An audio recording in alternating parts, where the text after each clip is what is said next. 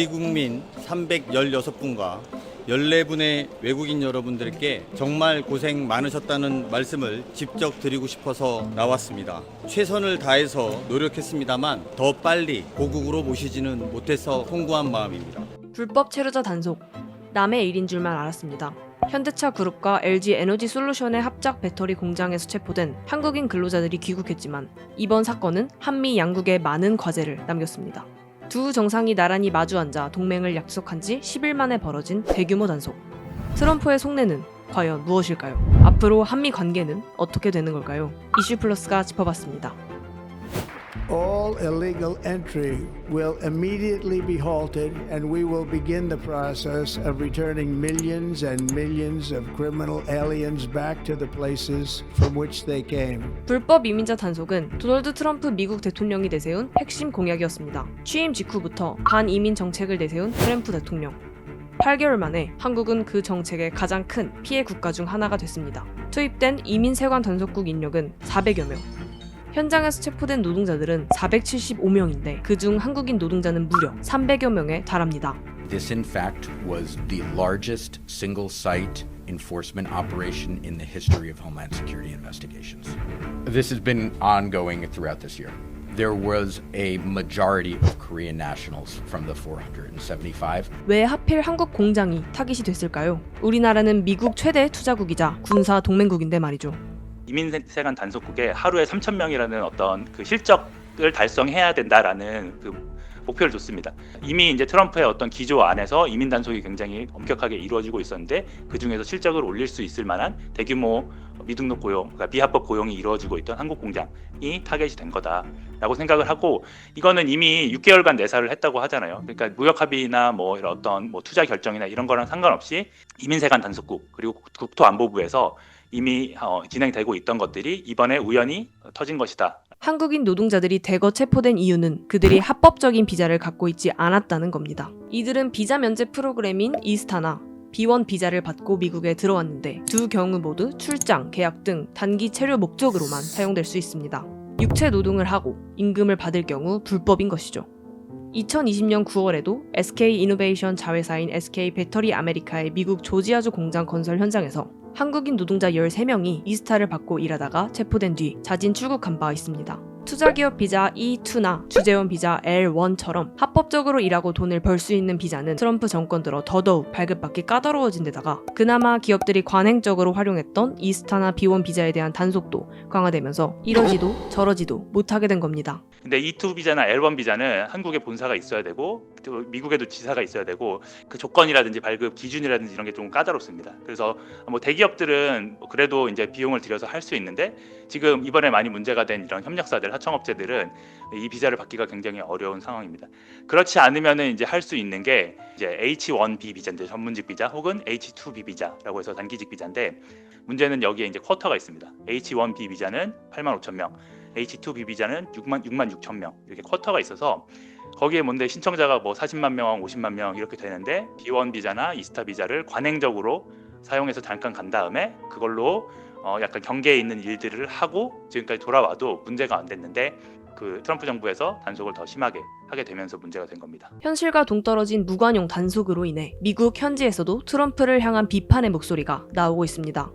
그의 제조업 리슈어링 정책과 반이민 정책이 정면으로 충돌하고 있다는 겁니다. 미국의 제조업을 부흥시키겠다며 해외에서 막대한 투자를 끌어오면서 정작 공장을 짓고 운영할 인력은 내쫓고 있다는 것이죠. 한국만 해도 현재 미국에서 짓고 있는 공장은 22곳에 달합니다. 지난달 25일 열린 한미 정상회담에선 한국이 미국에 3,500억 달러를 투자하겠다고 약속했죠. 반면 트럼프의 대대적인 반이민 정책에 따라 공장을 짓고 운용할 인력들은 미국 밖으로 쫓겨나고 있습니다. 8월 첫째 주를 기준으로 일평균 추방 인원은 1,500명에 달합니다. 추방될 사람들을 옮기는데 하루 약 12대의 전세기가 동원되고 있습니다. 1월에 거의 2배 수준입니다. 미국 우선주의 두 축이 이민과 통상이에요. 미국 노동자를 우선적으로 채용하라. 통상은 대미 투자를 통해서 미국 내 일자리를 창출해라. 근데 일자리를 창출하기 위해서 우리 기업들이 투자를 하고 시설을 확충하기 위해서 불가피하게 전문 인력을 갖다가 데려올 수밖에 없는 이런 상황이란 말이에요. 그러니까 상충하는 부분이 있는 거죠. 투자 유치와 이민자 추방, 정면 충돌하는 두 정책 뒤에는 자국민 채용이라는 속내가 숨어 있었는데요. 해외 투자는 환영한다. 하지만 해외 투자로 생겨나는 일자리는 외국인 노동자가 아닌 미국인으로 채워라. 라는 강력한 메시지라는 겁니다. You know, when they're building batteries, if you don't have people in this country right now that know about batteries, maybe we should help them along and let some people come in and train our people to do, complex things, whether it's battery manufacturing or computer manufacturing or building ships. 조지아 공장 단속 4일 뒤 나온 이런 발언들은 두 정책이 충돌하는 자기 모순을 고려한 것이라는 해석이죠. 하지만 미국인으로 모든 인력을 충당하는 건 역부족이라는 게 공통적인 의견입니다. 트럼프가 지금 대규모 투자를 유치하면서도 외국인들한테 비자를 잘 안 내주고 오히려 단속을 해서 있는 사람들까지 쫓아내는 거는 결국은 메시지는 분명하게 하나입니다. 미국인들을 고용해라. 그런데 문제는 미국에 일할 사람이 없다는 거죠. 기존에도 없었고 대규모 투자를 받으면 수요가 증가하는데 그 수요를 따라갈 만큼의 노동 공급은 미국인으로는 절대 되지 않죠. 기술도 없고 한국 사람들처럼 열심히 일하지도 않고. 지금 조지아 시설 같은 거 보안을 요하는 지금 시설이라든지 전문 기술을 요하는 시설이나 장비를 갖다가 설치해야 되는데 그거는 미국 노동자들은 못하는 부분이거든요. 미국 노동자들을 고용할 수 있는 부분은 적극적으로 고용을 하지만 불가피한 부분에 대해서는 이해 적용을 통해 가지고 대미 투자를 보다 적극적으로 할 수 있는 토대를 만들어주는 거거든요. 구금자들이 귀국하면서 급한 불은 껐지만 앞으로 해결해야 할 난제가 쌓여 있습니다. 이번 단속으로 인해 이스타나 B1 비자로 한국인 노동자들이 미국에서 건설업 등 육체 노동에 종사하는 편법은 더 쓸 수 없겠죠. 그렇다고 합법적으로 일할 수 있는 비자들을 발급받는 게 쉬워진 것도 아니고요.